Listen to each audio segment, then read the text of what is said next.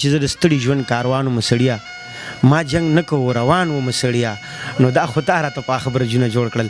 زه د صلح په ارمان وم سړیه او زه منمه څه کمی به راپکې و فرشته نه وم انسان وم سړیه او دا چې څوک راته بیا بیا راغاړي وځي هم له دنه پریشان وم سړیه او د لیوال سره مې څو ورځې پښتو وه نن پې ښه ډېر پښیمان وم سړیه شاعران دي چې هغه د عشقۍ وجه د مینتوب وجه شاعرۍ ته راشي آیا عارف لیوال هم مین و یا عشق و په دې وجه شاعرۍ ته راغی زمونږ د سر دشمن دی د قاضي ملا نه واوره سر د روغې کامیابي ده په کولو غوږونو واوره ما رړم به اشنا نه کړي دا متل د چا نه ما په اندازې مطابق چې یو بېصبري او یو بېچیني غوندې یو قسم کې چې مونږ د خپل وطن دپاره د خپلې خاورې دپاره ولس دپاره د امن له لیواله یو او هرې رورولۍ سوکالۍ له ستاسو د کومه شاعري چې دا ډېره بدنامه شوه څوک وایي چې شاعران زلف یادوي څوک وایي چې شونډې یادوي ولدي او هر زلمی به سا زلمی وي هر زلمی به معتبر وي هره پیغله به ځلیږي ترېنه ډک به هر ګودر وي مازدیګر به ګلورین وي په سحر کې به اختر وي څوک به چیرې خفه نه شي هر سړی به بختور وي خو بس دا د نفرت کرښه دغه کرښه ورانول دي او بس دومره کار کول دي مخاوریز پیدا کول دي مونږ ټول پښتانه یو دا تصدیق ورته کول دي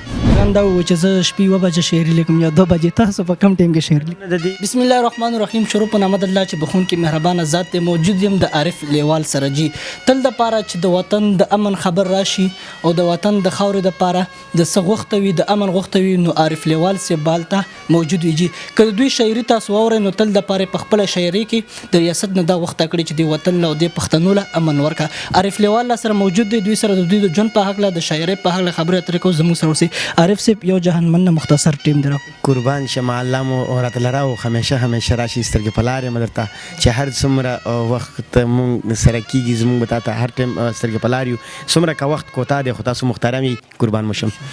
دا راته ووایه چې عارف لیوال پیدایش چېرته شوی دی او فی الوقت ژوند چېرته کوي ژوند هم په پېښور کې کوم او پیدایش مې هم په پېښور کې شوی دی او یم عموما په کام باندې په مومندو کې تمانځی اشمخیل یم قربان شم دا راته ووایه چې شاعرۍ له څنګه راغلی په کوم سوچ باندې راغلی شاعري خو انسان الله پاک فطرتي پیدا کړی وي خو بیا قلم ته په هغه ټایم کې راشي چې کله هغه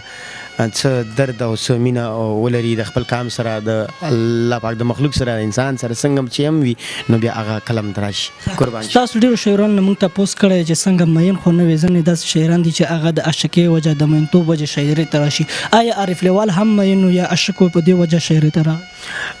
مینېدل او دا خو یو ځان له خبره ده خو مهمه د شاعرۍ دپاره مینه ده چې هغه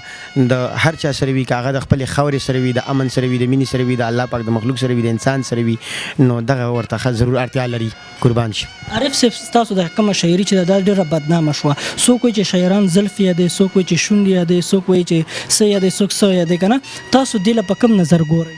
ډېره ښه پوښتنه دې وکړه حکمته چې شاعران مختلف اړخونه چیړي خو زه به درته ووایم چې هغه رومان چې څه هلکان ستایي خالونه څنګه چې تا یاد کړي که نه نو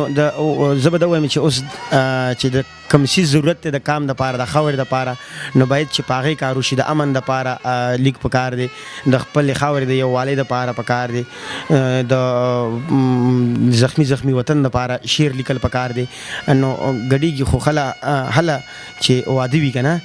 نو الله دې وکړي چې زمونږ کره ښادي راشي زمونږ په خاوره باندې ښادي راشي نو بیا به دغه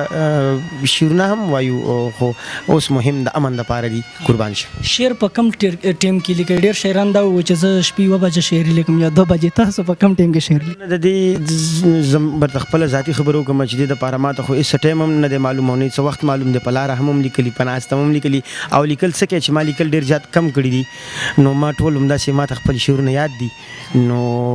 ټایم یې هېڅ معلوم نه دی قربان شم د کوم شاعر نه مطمئن وي شاعرۍ له راغلی د هر هغه شاعر مینم کوم او مطمئن هم یم چې کوم د خاورې خبره کوي د وطن خبره کوي د یووالي خبره کوي د ورورولۍ خبره کوي بقایا کوېشن ته به وروسته راځم د پښتانه به وایي بورکاو به یم نه یو څو ټکي شاعري یا غزل ورته کېدی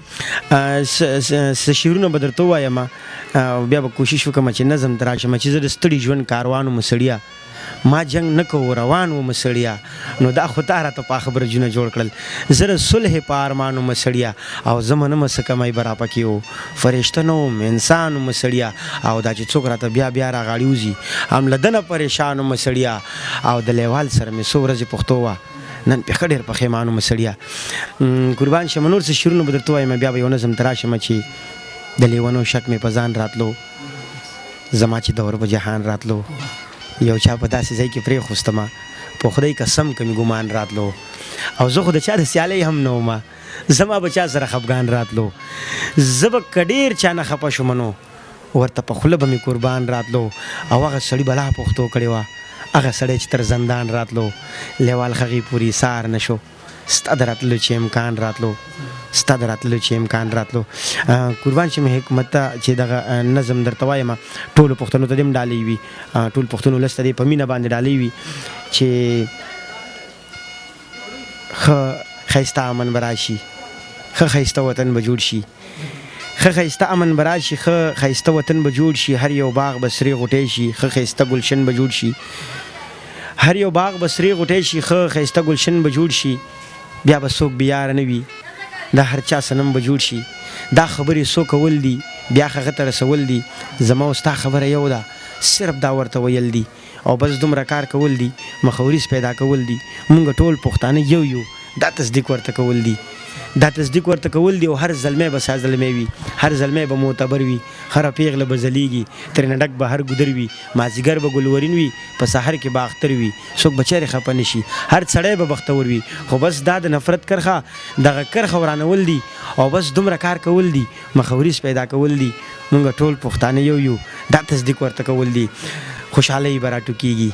ترفګنۍ به پناه کېږي هر یو غم به مشرک وي ځانځانۍ به پناه کېږي بیا به هر سړی کامیاب وي ناکامۍ به پناه کېږي خو بس دومره کار کول دي حقیقت ور رسول دي مونږ ټول پښتانه یو دا تصدیق ورته کول دي راشه لاس په لاس کې راکه مړه پرېږده د چا ماوره دا زمونږ د سر دشمن دی د قاضي ملا نه واوره سر د روغې کامیابي ده په کولو غوږونو واوره ما رړم به اشنا نه کړي دا متل د چا نه واوره د لیوال ښایسته شعرونه دي خو ځان پې پوهول دي او بس دومره کار کول دي مخوریز پیدا کول دي مونږ ټول پښتانه یو دا تصدیق ورته کول دي دا تصدیق ورته کول دي زبردست دا درته وایم چې د خپل نوم سره معرف لیوال مطلب څه دی او په کوم سوچ باندې مخې ته چې زما د شعر هر اړخونه چې تا ته به همدغه یو خبره میلاویږي چې امن لیواله وایي زما په اندازې مطابق چې یو بېصبري او یو بېچیني غوندې یو قسم کې چې مونږ د خپل وطن دپاره د خپلې خاورې دپاره ولس دپاره د امن له لیواله یو او هرې ورورولۍ سوکالۍ له لیواله یو ډېره مننه ټیم راکولو بیا هم یو جهان مننه زړه مو ډېر کېږي چې ورسره کېنو او بس دا شاعري ته صرف اورو خو بیا به درته دا خبره کوم که عارف لیوال صاحب ته مونږ په هر راتاویږو نو دوی هر یو ټکی به دا چغه وهي چې د خاورې له او د وطن له امن راوړئ خوشحاله اوسئ آباد اوسئ دلله الله په امان